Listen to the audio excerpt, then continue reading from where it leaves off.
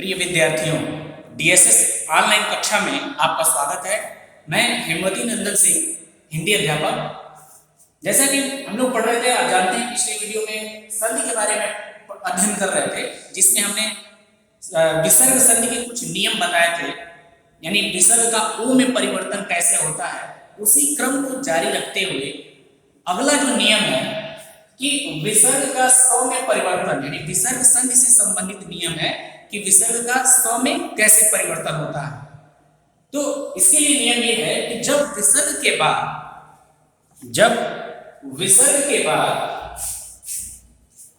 च, छ या स, च, छ या स वर्ड आते हैं तो विसर्ग जो है वो किसमें परिवर्तित हो जाता है? स में परिवर्तित हो जाता है, आधे स में परिवर्तित हो जाता है। यह विसर्ग जो है ये बदल जाता है आधे स में। कैसे? उदाहरण के द्वारा इसे हम समझेंगे। दूर, धन, इसको प्लस, अब प्लस करते हैं, धन भी कहा जाता है या जमा भी लोग करते हैं।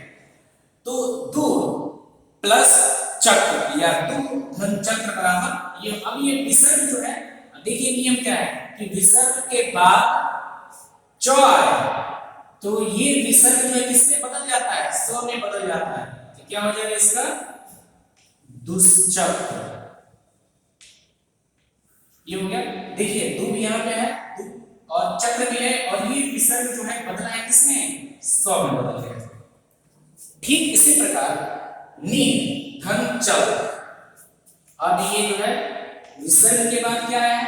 च आया है। हमारे नियम में यहाँ पे विसर्ग के बाद यदि च आता है तो विसर्ग किसमें बदल जाएगा? स में बदल जाएगा, आधे स में बदल जाएगा। इसका क्या हो जाएगा? निश्चल। ये हो जाएगा निश्चल। ठीक इसी प्रकार अगला जो उदाहरण है वो है हरि, धन, चंद्र। इसमें देखिए ये विसर्ग है और विसर्ग का मेन जोड़ या संधि किसके साथ हो रही है? च वर्ण के साथ हो रही है। च नियम में है तो ये विसर्ग पे बदल जाएगा स में। ये हो जाएगा हरिश्चंद्र। उसी प्रकार दु, धन, शासन। अब ये दु में जो विसर्ग है, अब ये विसर्ग फिर किसमें बदलेगा? स में बदल जाएगा। देखिए विसर्ग के बाद यहाँ पे स आया है, विसर्ग के बाद स आया है, ये हो जाएगा दुशासन। दुशासन। ये विसर्ग किसमें बदल गया? स में बदल गया। यहाँ इसमें यहाँ परिवर्तित है, यहाँ और यहाँ, ये विसर्ग बदल जा रहा है। तो ये हो गया हमारा विसर्ग का स में कैसे परिवर्तन होता है उससे संबंधित नियम। अब इसमें अगला नियम है कि विसर्ग का र में परिवर्तन कब होता है, किन परिस्थितियों में होता है। तो इसे यहां से समझेंगे। ध्यान रखने वाली बात है, थोड़ा यहां ध्यान दीजिएगा। इसमें दो चार चीजें आपको ध्यान में रखनी है कि विसर्ग से पूर्व अर्थात विसर्ग से पहले यदि अ या आ से भिन्न, यानी उससे अलग, अ या आ वर्ण न है, उससे अलग कोई वर्ण आता है, ठीक है, उससे भिन्न कोई स्वर आता है, तो तो अ या आ से भिन्न कोई भी स्वर हो, जैसे अ या आ न है, इसको छोड़ के कोई भी स्वर आता है, स्वर वर्ण आता है, और बाद में ये भी नियम है, और उसके बाद कोई भी स्वर, उसके बाद कोई भी स्वर है या वर्ग का तीसरा, चौथा, पांचवा वर्ण या फिर य, र, ल और व। देखिए यहां पर जो है य, र, ल, व वर्ण हो तो विसर्ग जो है र में परिवर्तित हो जाता है। याद रखिएगा कि विसर्ग से पहले यदि अ या आ से कोई भी भिन्न स्वर हो, उसके बाद क्या नियम है हमारा कि बाद में कोई भी स्वर हो या वर्ग का तीसरा, चौथा, पांचवा वर्ण या य, र, ल, व में से कोई होना चाहिए।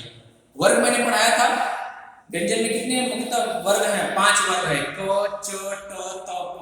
तो इसमें से क वर्ग में से तीसरा चौथा पांचवा, च वर्ग में तीसरा चौथा पांचवा आए, इसी प्रकार अन्य सभी वर्गों में, और उसके बाद य और ल में से कोई भी वर्ण हो तब जाकर यह विसर्ग जो है र में परिवर्तित होता है। देखिए कैसे, दूर धन बल। अब यहाँ देखिए विसर्ग से पहले क्या आया है? विसर्ग से पहले यहाँ पर, अब इसका हम वर्ण विच्छेद करेंगे। यहाँ देख लीजिए, वर्ण विच्छेद करना है तो क्या हो जाएगा? द और ह्रस्व उ।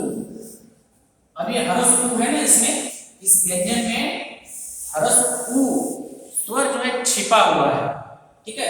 अब इसका मेल जो है विसर्ग से हो रहा है, इसका मेल विसर्ग से हो रहा है, और हमारा नियम यही है ओ या आ से भिन्न। अब देखिए यहाँ पे ओ या आ नहीं है, उ है, से भिन्न आ रहा है, और उसके बाद से किसी वर्ग का तीसरा चौथा पांचवा, प फ ब, प वर्ग का तीसरा वर्ण यहाँ आ रहा है ब, तब इसका मेल होने पर विसर्ग जो है, ये विसर्ग किसमें बदल जाता है? र में बदल जाता है, अर्थात ये हो जाएगा दुर्बल।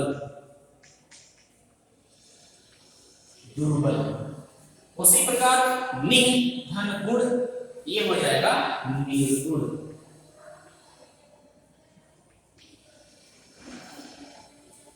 इसमें देखिए अब नी का वर्ण विच्छेद करेंगे क्या होगा? न और ह्रस्व ई, और ई का मेल जो है विसर्ग से हो रहा है, तो ये किसमें बदल जाएगा? र में बदलेगा। और र मालूम है कि आधे र को हम अगले वर्ण के ऊपर लिखते हैं, शीर्ष पर लिखते हैं, बीच में नहीं लिखते हैं। यहाँ मैंने आधे र को यहाँ लिखा है, निर्गुण पे यहाँ र आया है। उसी प्रकार अब दु धन जन, दुर्जन, दुर्जन हो जाएगा। और अंतिम उदाहरण है कि विसर्ग कैसे र में परिवर्तन होता है। निर्धन धन बराबर निर्धन, जिसके पास कोई धन वगैरह ना हो, निर्धन गरीब। तो ये उदाहरण हो गए कि विसर्ग का किन परिस्थितियों में र में परिवर्तन होता है। तो ये नियम है, उम्मीद है आपको समझ में आया होगा। इस वीडियो को ध्यानपूर्वक देखिएगा और समझने का प्रयास कीजिएगा। आज के लिए इतना ही, धन्यवाद।